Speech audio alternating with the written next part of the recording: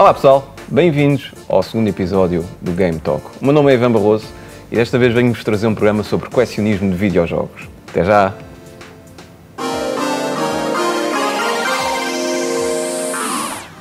Bem-vindos de volta. Como eu disse anteriormente, o tema de hoje é sobre colecionismo e videojogos. Comigo tenho Ivan Cordeiro. O Barroso sou eu, tu és o Cordeiro, não venhas cá contra isso. Da revista Push Start e também aqui do projeto do Game Talk. Olá Ivan, bem-vindo. Tudo bem? Diz olá às pessoas que estão lá em casa. Olá. Pessoas. Pessoas. E humanos. E do outro lado temos aqui o Mike. O Mike é do Games Collectors, ou não? Game Chest.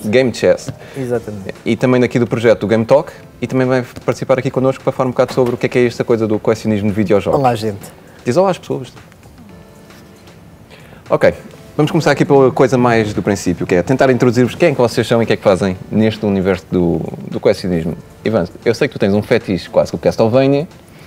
Podes falar um bocado sobre esse teu fetiche? O que é que tu gostas no Castlevania? O que é que tu fazes ainda hoje? Ires tentar arranjar as versões dos anos 80, 90 e até aquelas do início do milénio? Ou até as novas. Ou até, sim. Bem, basicamente o meu fetiche com o Castlevania começou na Mega Drive.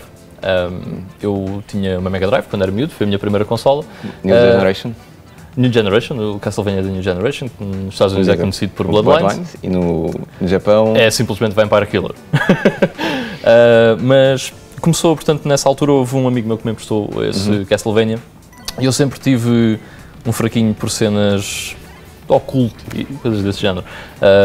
Por exemplo, um dos meus desenhos animados favoritos quando eu era miúdo era o Patrácula, que era um pato, que era Drácula e era vegetariano, curiosamente.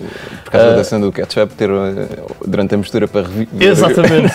Portanto, em vez de meterem sangue na mistura para fazer o Patrácula, meteram ketchup e então ele era vegetariano. Era uma cena assim um bocado estranha, mas era bem engraçado. Eu adorava aqueles desenhos animados. Um dos primeiros livros também que eu me lembro de ler por iniciativa minha foi o Drácula, que me foi oferecido pelo meu avô quando eu tinha uns 10 anos, talvez. Perfeita para qualquer criança. Claro que sim! Mas eu adorei aquilo e pronto, foi excelente. Portanto, eu sempre tive um bocado um fetiche por coisas Então Castlevania ocultas. foi tipo... E o Castlevania trouxe-me aquelas personagens, o Drácula, não é? Que era o boss final, e tinha outros personagens, pode dizer-se, de fantasia, como a morte, ou as medusas e coisas desse género assim. Sim. E eu sempre achei muita piada aquele aspecto gótico da série Castlevania, sempre achei isso muito bonito. E o Castlevania, da Mega Drive, era um jogo excelente, um excelente side-scroller com um ambiente fantástico, e onde todos os níveis eram, por exemplo, bastante diferentes, não é, entre eles, e onde caminhávamos, por exemplo, por vários spots da Europa. Era um jogo muito interessante, um dos melhores side-scrollers para mim na Mega Drive, e começou a partir daí, e a partir daí comecei a pesquisar mais jogos da série Castlevania. Está mais explicado. Tens mesmo um fascínio por tudo o que seja Castlevania. E coisas de vampiros e coisas desse género. Eu gosto bem dessas géneros. Ok. E tu, Mike? Tu tens outro fetiche. Qual é o teu fetiche? O fetiche tem a ver com cronologias. Tudo o que está na minha coleção tem que estar organizado pela data de lançamento. Gosto muito de seguir a minha coleção e tudo o que eu coleciono, desde o início até aos dias mais recentes da coleção. Não, é muito difícil para mim ter as coisas organizadas de outra forma que não a cronológica. Para quem não conhece, o Mike tem um canal de YouTube e ele às vezes mostra as prateleiras. Aquilo é uma coisa colossal.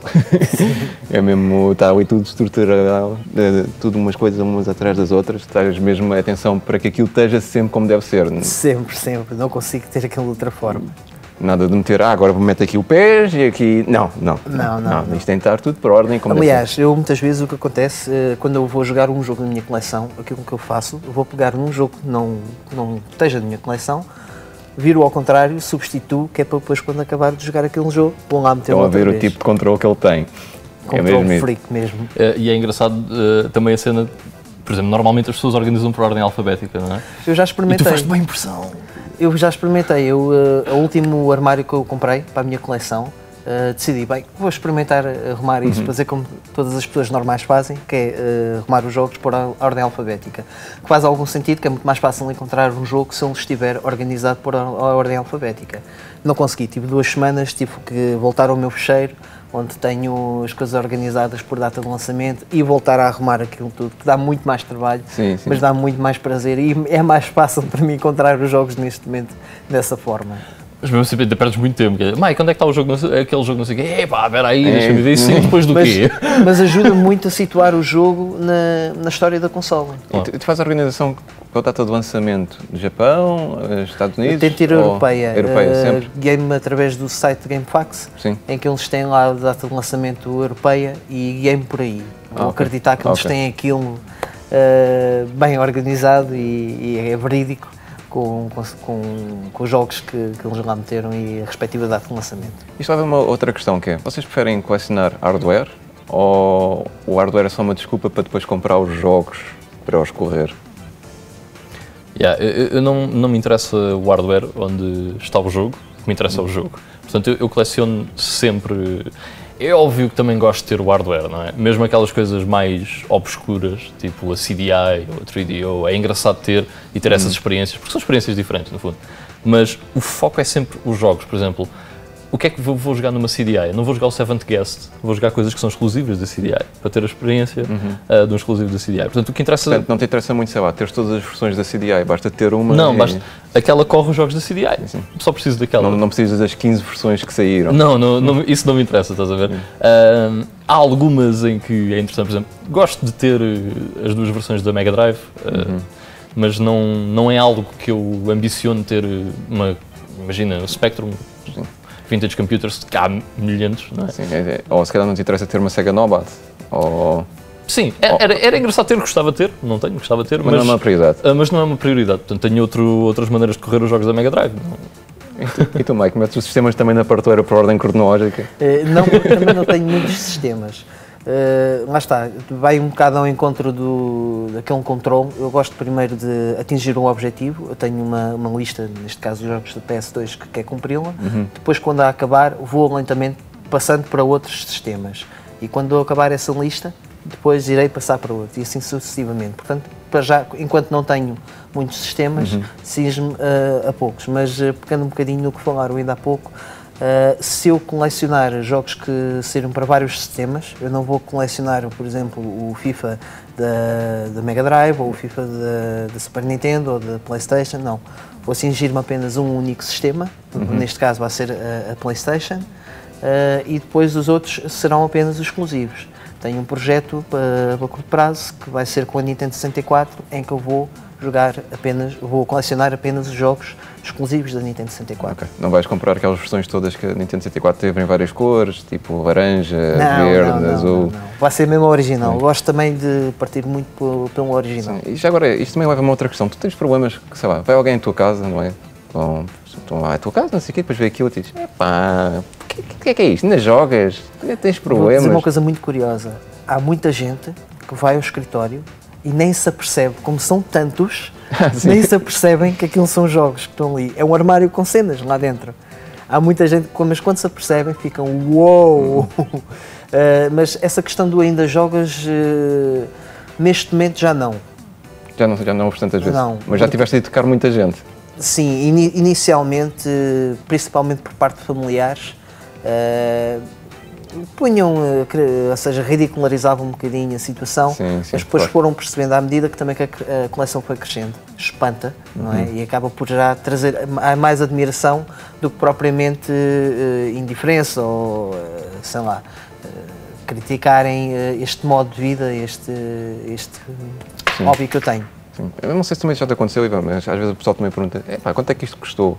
E depois dão muita importância, quanto é que custou? E quando às vezes dizes, se calhar, não custou assim muito, ainda ficam reticentes, não é? Ficam sempre, não custou muito, do género, 40 euros cada, não é?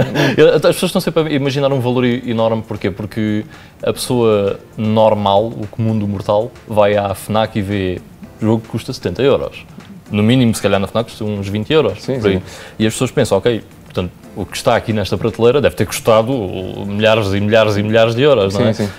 Mas no fundo isso não acontece, não é assim, pelo menos que eu faço o meu tipo de colecionismo. Mas em relação à questão da pessoa ficar, termos aqueles problemas de tentar quase estar a explicar à pessoa Sim. porquê. Por acaso é engraçado que antigamente havia um bocado isso, noto cada vez menos essa situação. Acho que as pessoas aceitam de uma maneira já normal os jogos, porque já se banalizou mais essa ideia. Sim. E acho que as pessoas também já têm a ideia que existem jogos para adultos e jogos para crianças e o intermédio, portanto... É esta coisa que perguntaste dos preços. Até que quero fazer esta pergunta, Marco, que era, mais ou menos até 2008, 2009, a situação estava tranquila, não é? A gente conseguia comprar jogos assim mais ou menos por preços pequeninos, mas a partir daí começou a entrar uma coisa de especulação e tem cada vez estado pior e pior e pior. Vocês como é que viram essa situação? Foi terrível para as vossas coleções ou está-se a tornar cada vez mais difícil? Inicialmente eu comecei a colecionar mais ou menos a partir de 2006, portanto apanhei só mesmo os últimos anos de descanso para colecionadores de videojogos. E apanhei também o início da subida de preços. Eu lembro-me que inicialmente quis começar a colecionar e a jogar os jogos originais, porque jogava os outros jogos e achei que por bem que devia de mudar essa atitude e comecei a comprar para PS2, encontrava jogos a 5 euros, na altura ainda estavam um bocadinho mais caros porque ainda não tinha sido lançado um novo sistema, a PS3, mas quando fui à PlayStation 1 encontrei jogos baratíssimos, à exceção de um que era o Tombi, que na altura já estava muito caro. Eu disse 20 euros por o Tombi, quando os outros estão... não. 20 euros hoje por esse jogo é uma pechincha, não é? Sim. E à medida que para quem eu não achava sabe, que... lá em casa o jogo consegue chegar aos 100 euros. Em certas situações. Em certas situações. E foi um jogo que eu, na altura, recusei-me a dar os 20 euros por ele, porque achava que era um monquinho, lá tinha metido aquele preço, e fui vendo ele sempre a subir, 20, 25, 30, numa questão de 2 anos, o preço quase dobrou. Ou seja, apanha mesmo o início da subida em flecha dos videojogos. Yeah. Há aqui outra coisa, se calhar, também estás mais dentro, que é o fenómeno do reselling, ou seja, é aquele pessoal que apanha os jogos todos a um bom preço, depois vai metê-los em lojas online ao triplo ou quadruplo do preço. Como é que vocês encaram isso? Eu pergunto primeiro a ti, depois também gostaria de ouvir a tua opinião, mãe. Eu vou ser sincero, há imensas pessoas que têm problema com isso, não me faz diferença absolutamente nenhuma. E há um motivo muito simples. É muito raro comprar coisas pela internet. Normalmente tudo o que eu compro é ou em feiras de velharias, ou em lojas, ou a amigos. É raro ter que recorrer aos resellers para ter este ou aquele jogo. É claro que quando queres algo muito específico vais ter de recorrer a eles. Mas normalmente o que eu digo é mas os resellers vão e apanham tudo e depois não fica lá nada. Ok, levanta-te mais cedo do que eles. É tão simples quanto isso. Ninguém vai, se vais à feira, por exemplo, à Feira da Ladra às 10h30 da manhã, é normal que já lá tenha ido alguém antes de ti. Portanto, é tudo uma questão de as pessoas, se querem uma coisa, tentarem procurar por ela, não é? E se nós queremos muito uma coisa, temos de fazer para ter. Ou seja, temos que estar sempre ativos nessa procura. Temos sempre que ir à procura nas feiras de velharias, as lojas que vendem usados. Temos que ser ativos nesse... Porque as pessoas dizem, eu nunca encontro... Há pessoas que dizem, eu nunca encontro nada de jeito. Mas será que procuraste assim tanto para encontrar alguma coisa de jeito? Sim, estou a perceber, mas depois está aqui outro reverso da medalha. Imagina que és um Virtual Boy, que é um sistema que só se usa na América e no Japão. Sim. Aí estás dependente da internet. Tens sempre que recorrer a resellers, ou então a pessoas individuais que estão a vender por acaso um Virtual Boy no eBay, que não são propriamente resellers ou não têm uma loja extremamente ativa no eBay, mas aí não tens nenhuma solução, não é? Porque tens mesmo que comprar por lá, porque não, digamos que seria extremamente improvável tu encontrares um produto americano, ainda por cima não muito comum por lá, aqui. Exato. Era muito complicado. Mas mesmo aqui, coisas que saíram cá, às vezes é muito complicado arranjar e tens que recorrer sempre, não sempre aos resellers, mas a uma plataforma onde, como o eBay ou como o OLX em Portugal, tens alguns jogos que é quase inevitável teres que recorrer a essas plataformas. Mas eu não vejo isso como um ponto negativo, sinceramente. Eles tiveram o trabalho também de ir à procura dos jogos, portanto não vejo isso como um ponto negativo. E como eu disse, não me afeta muito a mim pessoalmente, ok? Por isso é que normalmente não... Mas eu acho que as pessoas fazem uma tempestade num copo d'água em relação ao reselling. Acho que não é assim tão não terrível. é assim tão terrível como as pessoas pintam. Acho que as pessoas deviam era ser mais proativas e...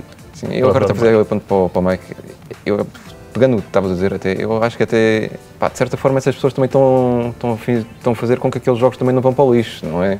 Digamos assim, porque eventualmente poderiam ir para o lixo. E isto é que é, vá lá, moralidade e ética deste fenómeno que é o reselling. Não sei se queres acrescentar alguma coisa, Mike. Eu também sou basicamente da mesma opinião que o Ivan. Acho que as pessoas também, quando compram um jogo, quando dão um valor pelo jogo, têm que se sentir bem com o valor que dão.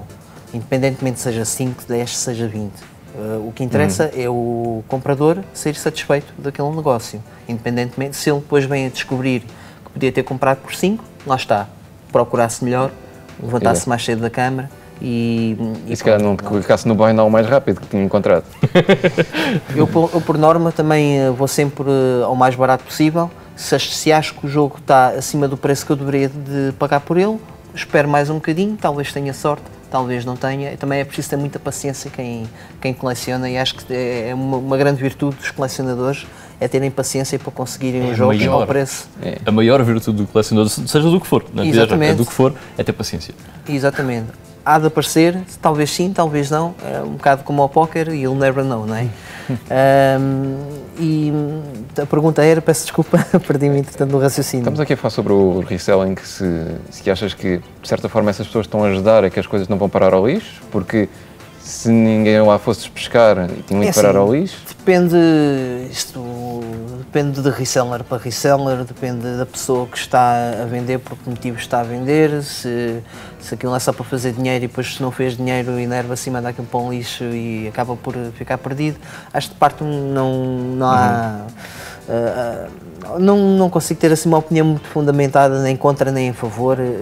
Eu vou dar aqui um exemplo. Lembram-se dos Metroid Fusion que apareceram nas Cash Converters? Sim. Que aquilo até baixou até €1 e depois no eBay já estavam a 20, 25 e era uma enchente de pessoas a vender, tipo, é raro e tenho 25 para vender. Era assim tão raro quanto isso. Lembram-se disso? Na altura houve muita gente da comunidade que reagiu mal, não é? Porque sabia o preço daquilo e achou que essas pessoas não estavam a fazer favor nenhum a ninguém, estavam com uma negociata estranha. Pois, eu, pegando nesse exemplo, eu levantei-me cedo e fui lá buscar-me.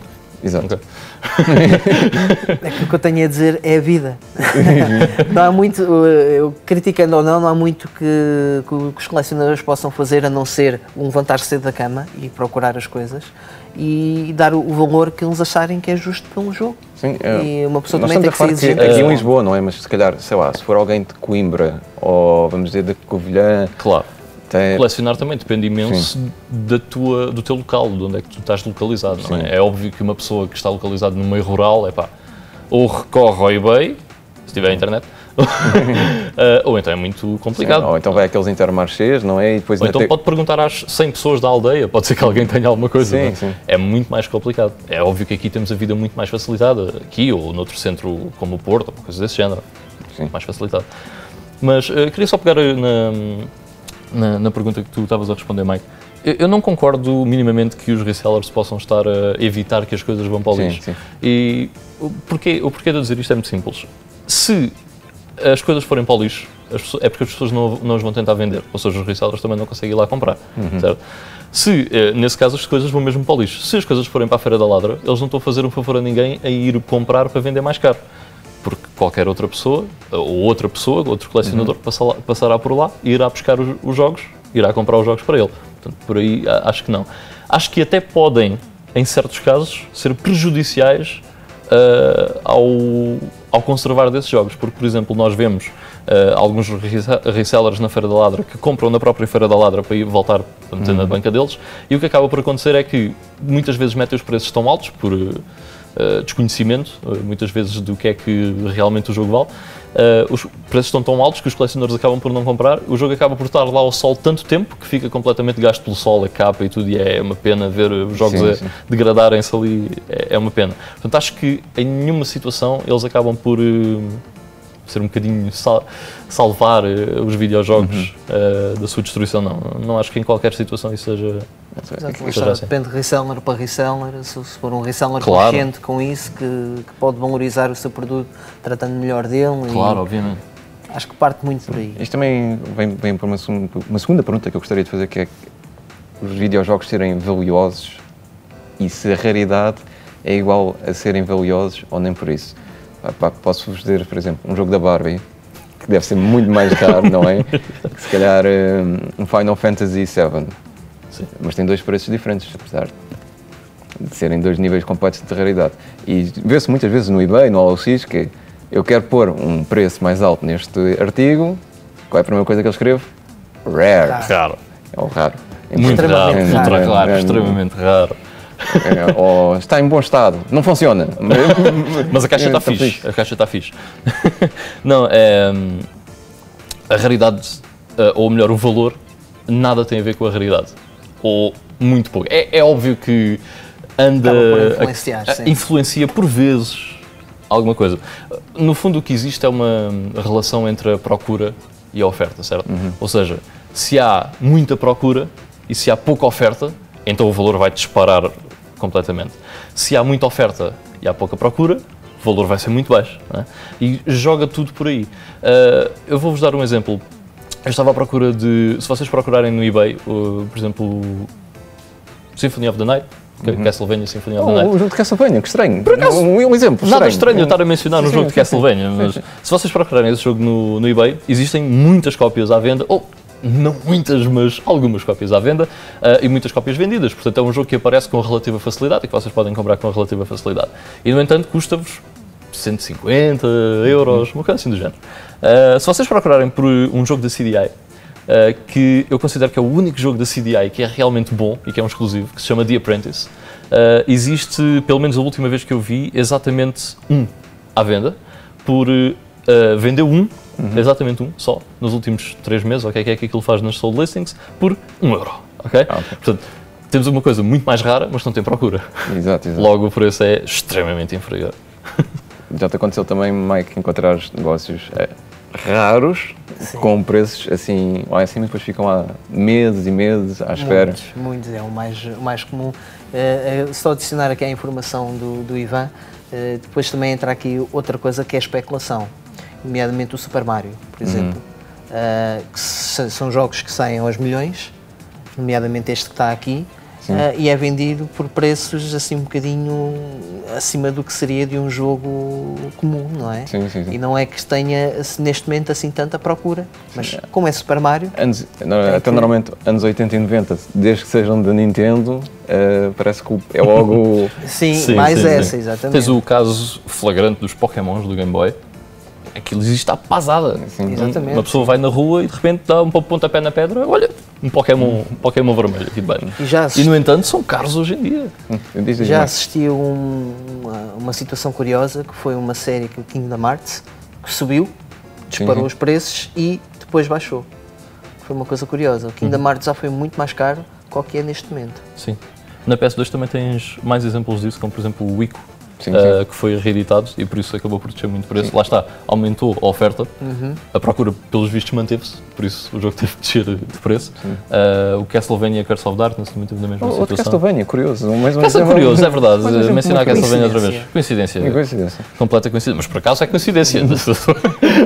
Falar de reeditados. Ou o Rez também foi outro, acabou por ser reeditado. E naqueles casos, por exemplo, que os jogos são até cá comuns cá em Portugal, sei lá, como o Dragon Ball Z para a Sega Saturn, não é? Mas que lá fora o jogo só foi editado em 2 países, foi Portugal e França, em mais nenhum país europeu foi editado, e o que faz com que cá é super comum, pronto, não é super comum, é comum, é relativamente fácil de encontrar. É fácil. E lá fora é muito difícil de encontrar. E houve uma altura que aquilo era de 80 para cima, agora já baixou até um bocado. Isso é muito simples. O camarão aqui é caro, não é? Sim. Em Angola é o preço da chuva. Depois. E depois acontece o fenómeno ao contrário, que é coisas que normalmente saíram de lançamento, como muitos jogos da Master System saíram de lançamento, porque a Master System chegou à Europa em 87 e cá a Portugal chegou em 91. Portanto já não apanhámos o catálogo inicial, mas está à venda nos sites internacionais por uma tuta e meia. Sim. E digamos que nós Nunca apanhamos esses jogos? Sim, nunca apanhamos esses jogos e beneficiamos quase desse sistema, porque o que nós não temos, que é o mais comum lá por fora, e temos o que é em comum, até porque havia uma coisa que acontecia cá em Portugal, não sei se lembram, que era, nós aguentávamos os sistemas até muito mais tempo. Sim, exatamente. Leva a que haja o reverso da medalha, em que tem jogos que lá fora são considerados muito raros, porque são do final de vida da consola e entretanto já toda a gente passou, imagina, da PS1 para a PS2 ou da PS2 para a PS3, e tu tens jogos dessas plataformas que saíram no fim de vida da consola, já post-mortem, não é?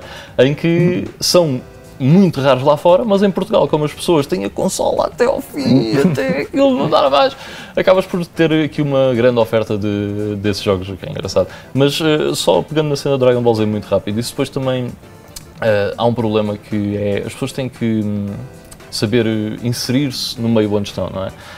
Isso tem que saber lidar com os mercados onde estão inseridos. Nós depois vemos, graças ao eBay, algumas discrepâncias no eBay, não é? Por exemplo, do Dragon Ball Z Legends, é muito raro, 60 € e coisas desse género, quando, na verdade, no nosso mercado, é um jogo extremamente comum. Mas, lá está, há pouca informação sobre isso para pessoas que não estão por dentro. Por exemplo, da Master System, foi um sistema que até aguentou muitos anos na Europa, aguentou mais de 10 anos, até Portugal passou esses 10 anos. O Buggy Run, que é um jogo muito difícil de encontrar lá fora e cá em Portugal até era bastante comum encontrá-lo. E depois o eBay começou a dizer, é raro, e de repente deixou de haver em Portugal também. Porque entretanto foi tudo parar ao eBay. Já agora uma outra opinião sobre isso. Vocês preferem os jogos físicos ou os jogos digitais para colecionar? Ou acham que quando abrem o Steam dizem a minha coleção de videojogos? Eu nem sequer consigo perceber o conceito de colecionismo digital. Porque até que ponto é que... Como é que um jogo digital deixa de existir? Tipo, quando é que tu vais ao Steam e pensas tenho que comprar este jogo hoje porque amanhã não está aqui? Isso não acontece. Quer dizer, pode estar por outro preço. Também. Mas aconteceu em 1 ou 2 casos. Mas, no geral... Isso não acontece, está sempre disponível, não é? Não é uma questão de oferta e procura, porque há sempre oferta. Exato, e não existe, seja em que género de colecionismo for, não tem que ser só videojogos, não há. Acho que não existe nada que possa ser colecionado digitalmente. Um dos conceitos do colecionismo é ter o formato físico, é expor o produto. Daí a edição de colecionador. Exatamente, ela vale por isso mesmo, por ser uma edição muito mais personalizada, muito mais única, que é diferente das outras que saíram em grande massa. Se bem que temos edições de colecionador hoje em dia digitais. É uma cena que também me faz bem impressão, em que nós vamos ao Steam e vemos edição de colecionador digital de X jogo e traz tipo o artbook digital e epá, what? Eu acho que isso penso a ver se pega. É a minha única justificação. Pelos vistos pega, porque cada vez há mais, não é? Mas, assim, eu normalmente nem meto essa questão. Para mim não faz muito sentido a cena do colecionismo. E se for, por exemplo, emular jogos ou ter o jogo mesmo a sério, o que é que preferem? Porque normalmente quando se põe um jogo emulado numa consola, não é? Mesmo, sabe-se que, por exemplo, as consolas recentes consegues aceitar emuladores de consolas anteriores, já quase obsoletas. Vocês preferem depois ir comprar o mesmo jogo ou jogá-lo no PC e pôr-lhe um bocadinho mais de filtros, que normalmente os emuladores dá sempre a pôr um ou outro filtro, tem os save states que é muito bom para os jogos, por exemplo, NES, que eram altamente difíceis. Sim, mas nem os save states te safam se não souberes o que é que estás a fazer. Há jogos mesmo imperdoáveis, mas os emuladores é uma questão sempre aquela questão tipo tabu, não é? Porque é óbvio que são boas ferramentas. Acho que ninguém tem dúvida que são boas ferramentas e úteis, excelentes ferramentas, nem que seja para nós podermos experimentar os jogos e conhecer os jogos. Acho que isso é importantíssimo, não é? É assim, é óbvio que eu pessoalmente dou sempre prioridade a jogar no hardware original. Há situações onde isso não é possível. Dou um exemplo, traduções de jogos. Por exemplo, RPGs que só saíram no Japão e que são traduzidos e não existem num formato físico. Tenho obrigatoriamente que usar a emulação. Ou fazer um ReproCart. Shining Force, por exemplo, da Sega Saturn. Tens o episódio 1 na Europa e não tens mais nenhum. E não tens os outros dois. Ou seja, é uma coisa que tu ou vais buscar a tradução e jogas em emulador, ou então, esquece. Nunca saberás como é que acaba. Nunca saberás como é que acaba. E depois há outra situação que é, tu gostas muito do jogo, experimentaste o jogo no emulador, gostas do jogo, queres comprar o jogo, vais ao eBay, 250 €, não vou ficar sem comer durante o resto do mês, portanto vou continuar a jogá-lo no emulador. Também há essa situação. Mas eu acho que a experiência original, com o comando original, e é diferente. Não há nada como pôr o cartucho na consola E não só, eu durante muito tempo estive a jogar em emulador, nomeadamente jogos da PlayStation 1, e perde-se muito em não estarmos com... Nem só o comando, é o comando, o memory card, toda a experiência, é um bocado incomodativo uma pessoa ter que ir aos settings sempre que vai sacar um novo bin, mudar aquilo, estraga um bocado a experiência do que pegar num CD, colocar, ou num cartucho neste caso, colocar, sentar-me e começar a jogar. A vantagem das consolas é precisamente essa e, portanto, o emulador já estraga um bocadinho essa aproximação, esse ritual, não é? É uma questão quase até de interface, não é? Porque o interface, por exemplo, da Mega Drive é diferente do interface da Super Nintendo. E são duas consolas da mesma geração, não é? E às vezes tinham os mesmos jogos e mesmo assim era diferente. Ainda hoje se diz, por exemplo, que aquele segundo comando da Mega Drive é excelente para jogar Fighters, porque tem 6 botões. Tem 6 botões, sim. E enquanto, por exemplo, o da PlayStation 1 já não é tão bom e até chegou mesmo a saírem anos mais tarde, ainda hoje faz isso, por exemplo, o comando da Sega Saturn, que depois é uma evolução desse comando de 6 botões. Há hoje versões para serem utilizadas na PlayStation 4 ou na PlayStation 3 ou nas novas Xbox, porque aquele comando dizem que é o pinnacle dos interfaces para fighting games. É porque, digamos que é universal para todos os fighting games. Por exemplo, na Super Nintendo tu tinhas no Street Fighter 2. A versão do Street Fighter 2 para a Super Nintendo, na minha opinião, era superior devido ao comando. Mas, se tiveres o comando de 6 botões da Mega Drive, já é ao contrário. Okay? Porque, embora a Super Nintendo tivesse os 6 botões, ou seja, os 4 do lado direito, sim, mais os gatilhos, o LBR, podias fazer todos os golpes, enquanto tu da Mega Drive tinhas que andar a clicar no Start cada vez que querias alternar de murros para pontapés, ou seja, era horrível. Mas se tiveres o comando de 6 botões da Mega Drive, já tens os 3 murros e os 3 pontapés. Sim. É muito melhor do que estares a usar os gatilhos da Super Nintendo. É diferente.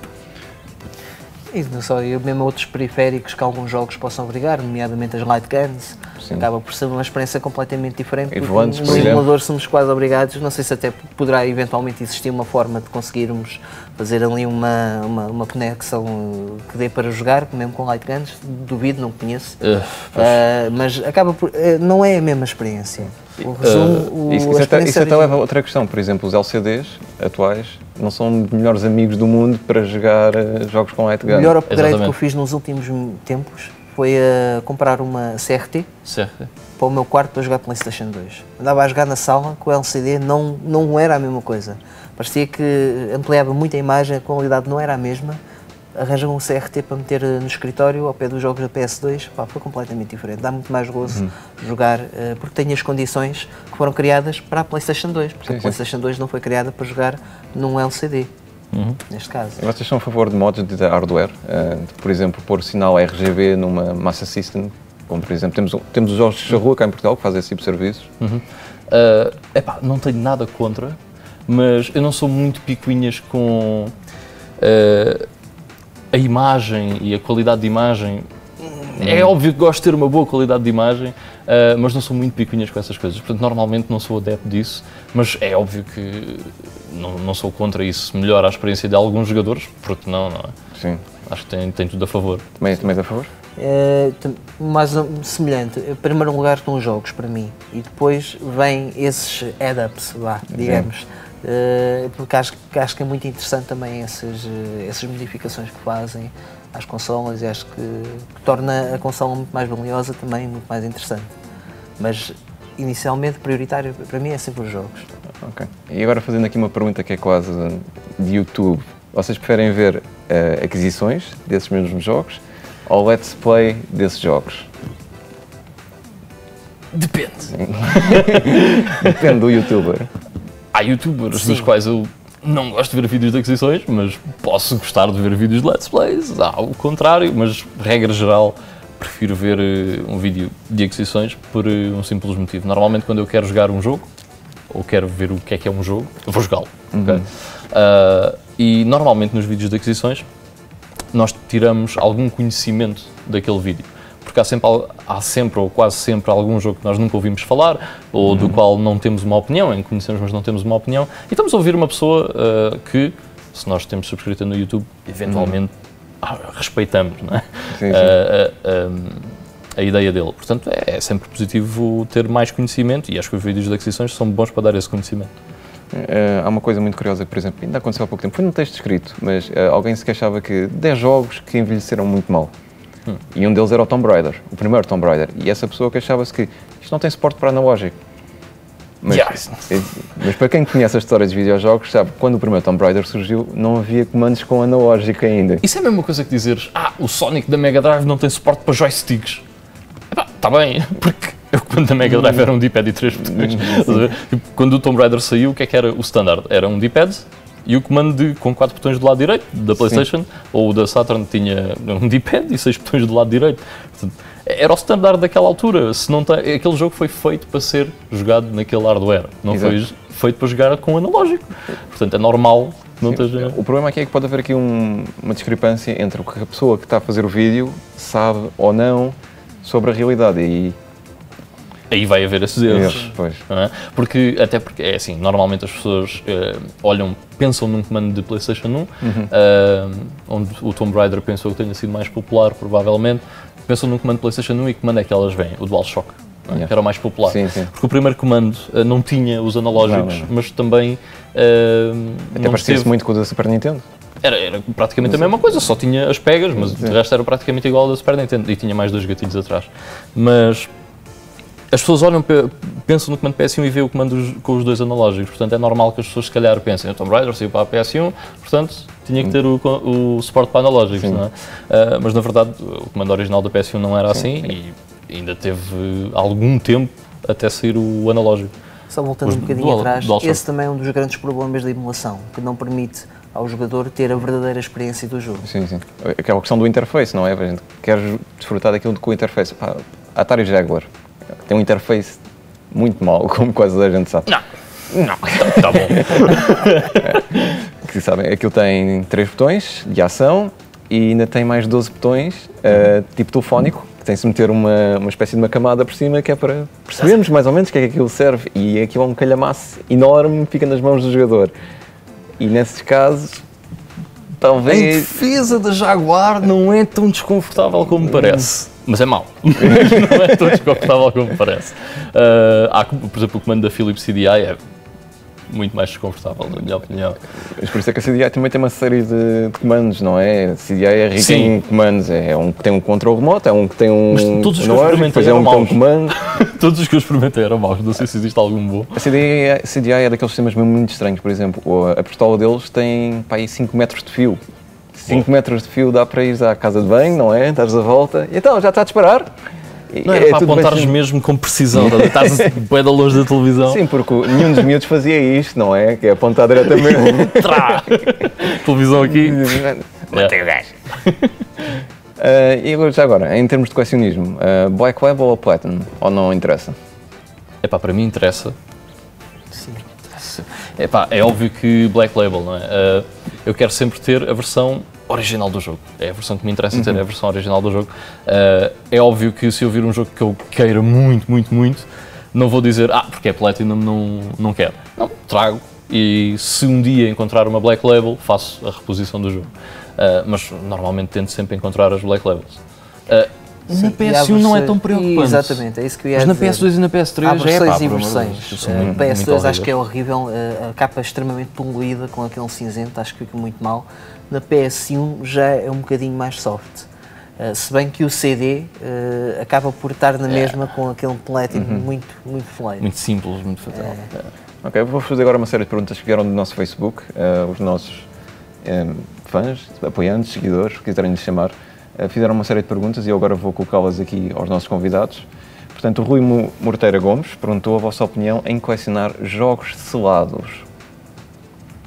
Vocês colecionam jogos selados ou não acham que seja relevante? Como é aquela coisa das pessoas que compram um selado e depois compram outro para jogar e depois deixam um selado na prateleira? Sim, é assim, para mim, eu não faço questão de colecionar jogos selados. Se por acaso um jogo selado me vier parar às mãos, tudo bem. Muitas das vezes até o abro.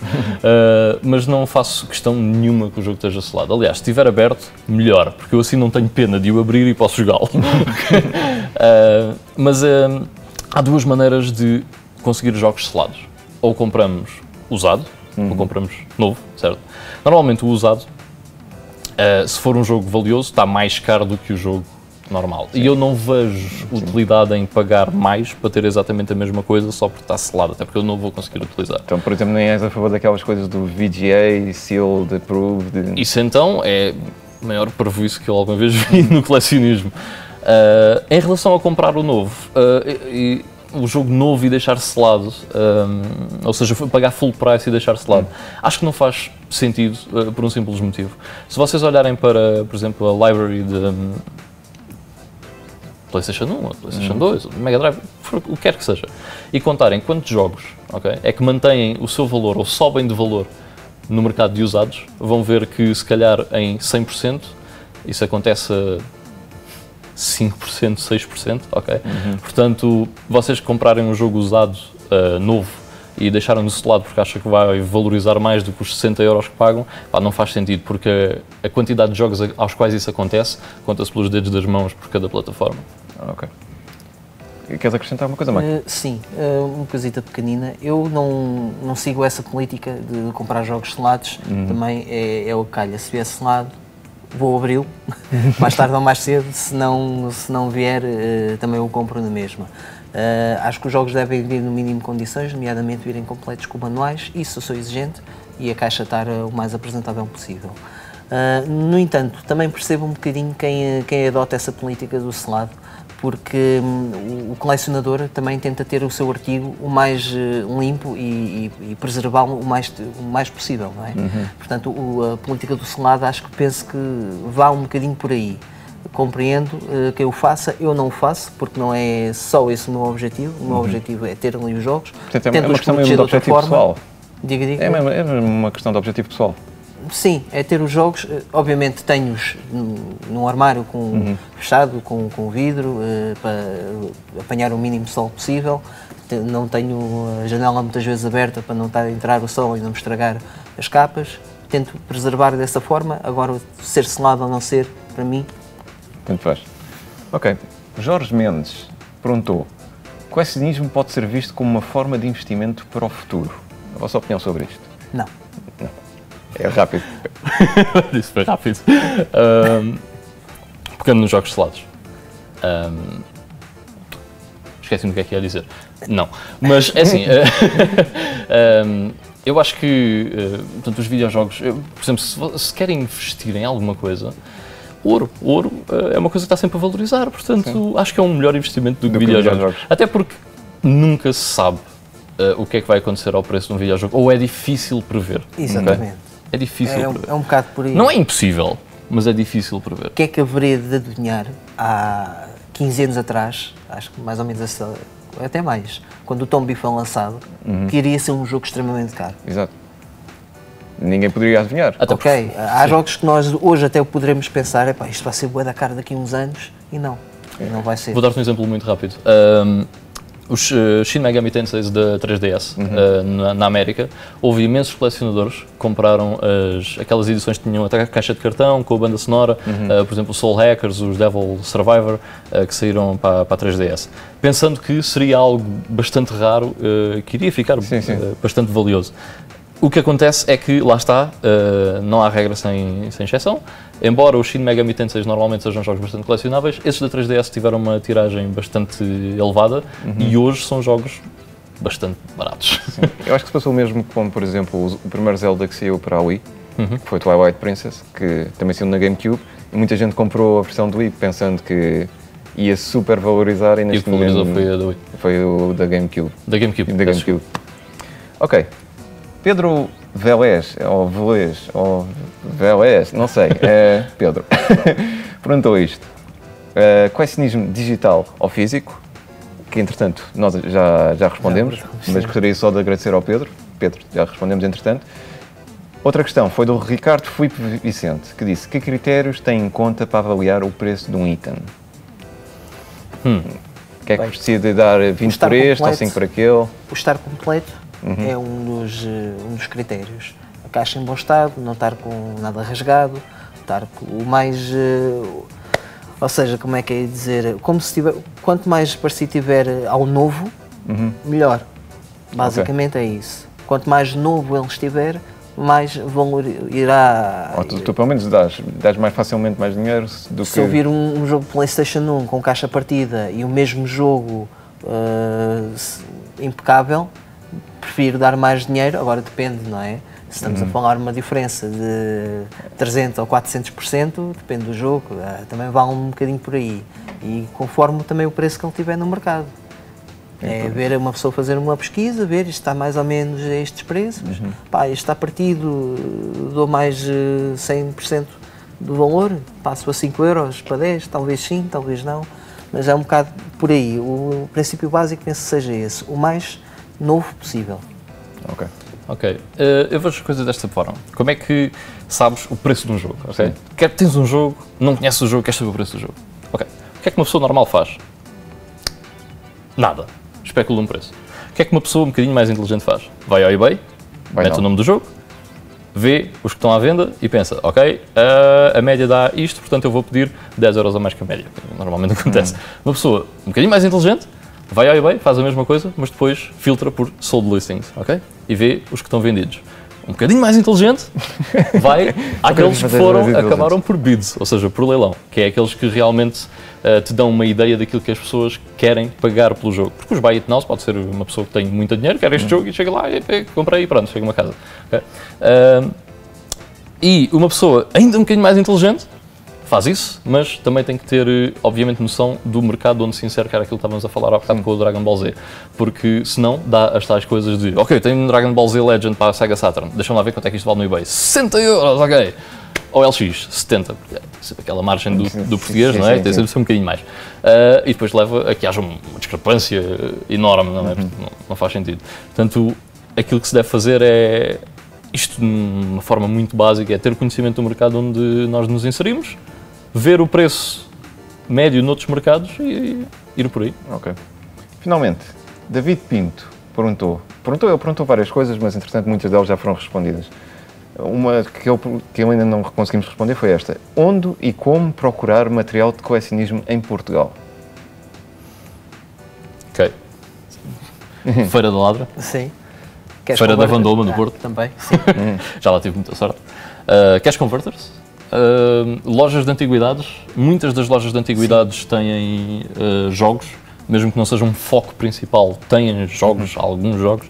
Videoclubes que tenham sobrevivido ao tempo. Videoclubes que tenham sobrevivido ao tempo, é verdade. Há muitos videoclubes que hoje em dia andam aí perdidos ainda com jogos de PS1, Mega Drive, PS2 e coisas desse género. Mais?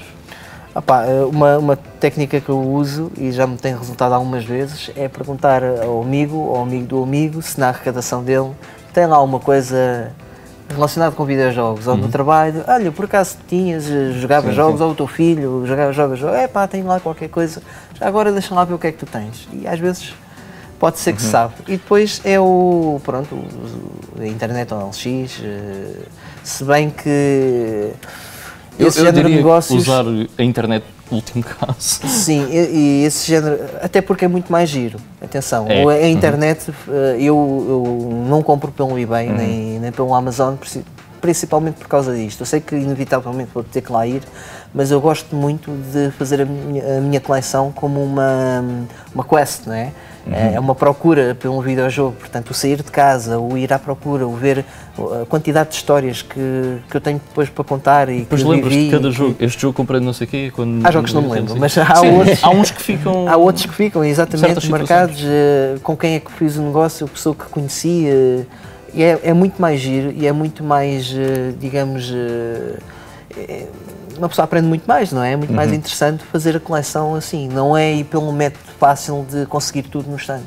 Não, é um então nada achievement para a vida inteira. Acho que fica muito mais interessante colecionar desta forma. E pelo que também concordo com aquilo que o Ivan está a dizer, a internet é o último recurso. Porque é muito mais interessante sairmos de casa, irmos à procura, até em grupo, quando encontras algo que tu queres mesmo, negociar. Toda a gente já teve esta sensação de ir a uma feira da Ladra ou ir a um sítio qualquer e ver um jogo extremamente caro na internet e aquilo está por €1 ou €2 e aquela sensação, não consegue fazer um bocadinho mais baixo? Pá, está bem, depois quando saímos, ih, caralho! É muito mais interessante fazer a coleção desta forma. Mas pronto, o último recurso aqui em Portugal, o LX, pelo que eu recomendo sempre em mão.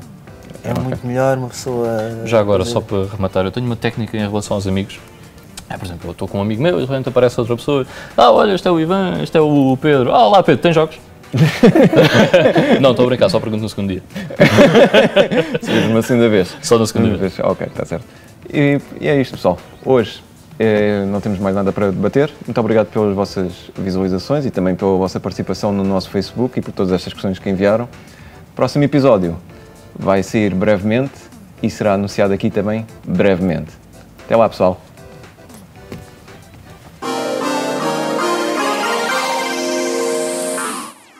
Boas pessoal, o meu nome é Ivan Cordeiro e vou ser o vosso host no terceiro episódio do Game Talk, onde vamos falar sobre crowdfunding. Vemo-nos por lá.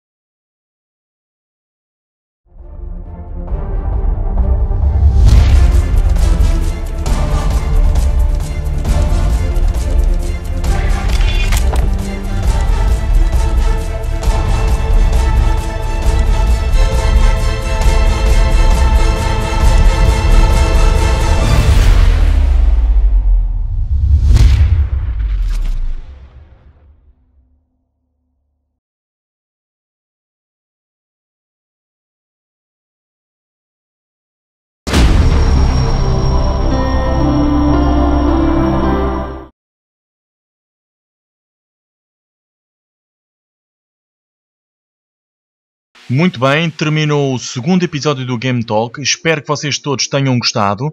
Não se esqueçam, o terceiro episódio do Game Talk é já no dia 7 de junho, onde vamos falar sobre crowdfunding e quais os seus impactos no mundo dos videojogos. Não percam, marquem já na agenda. Um abraço e fiquem bem.